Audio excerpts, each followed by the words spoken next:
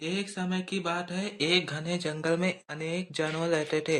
इस जंगल का राजा एक शक्तिशाली शेर था। सभी जानवर शेर से डरते थे क्योंकि शेर बहुत ही ताकतवर और अहंकारी था। जंगल की सीख देती कहानी। हाथी ने सिखाया शेर को सबक। एक समय की बात है। एक घने जंगल में अनेक जानवर रहते थे। इस जंगल का राजा एक शक्तिशाली शेर था। सभी जानवर शेर से डरते थे क्योंकि शेर बहुत ही ताकतवर और अहंकारी था। शेर का अहंकार। शेर को अपनी ताकत पर बहुत अहंकार था। वह हमेशा जंगल के बाकी जानवरों को तुच्छ समझता था और उन्हें डराता था। कोई भी जानवर शेर के सामने नहीं बोल पाता था। एक दिन शेर ने ऐलान किया, मैं जंगल का सबसे ताकतवर जानवर हूँ और कोई भी मुझसे मुकाबला नहीं कर सकता। जंगल में एक बड़ा और बुद्धिमान हाथी भी रहता था। हाथी शांति से रहता था और सभी जानवरों के साथ मित्रता से पेश आता था। लेकिन जब उसने शेर की दादागिरी देखी तो उसे बुरा लगा।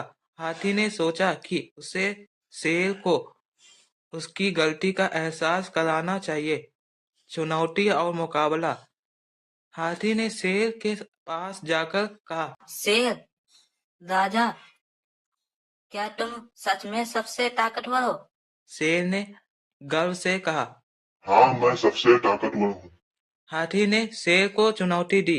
अगर तुम सबसे ताकतवर हो तो आओ मुझसे मुकाबला करो। शेर ने हाथी की चुनौती स्वीकार कर ली और दोनों ने मुकाबला शुरू कर दिया।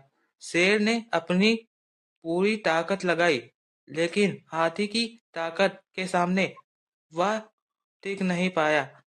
हाथी ने शेर को आसानी से हरा दिया। अहंकार का अंत। शेर को अपनी गलती का एहसास हुआ और उसने हाथी से माफी मांगी। हाथी ने शेर को समझाया, ताकतवर होने का मतलब यह नहीं है कि हम दूसरों को तुच्छ समझे और उन्हें डराए। सच्ची ताकत वही है जो सभी के साथ मिलकर चलती है और सबकी मदद करती है।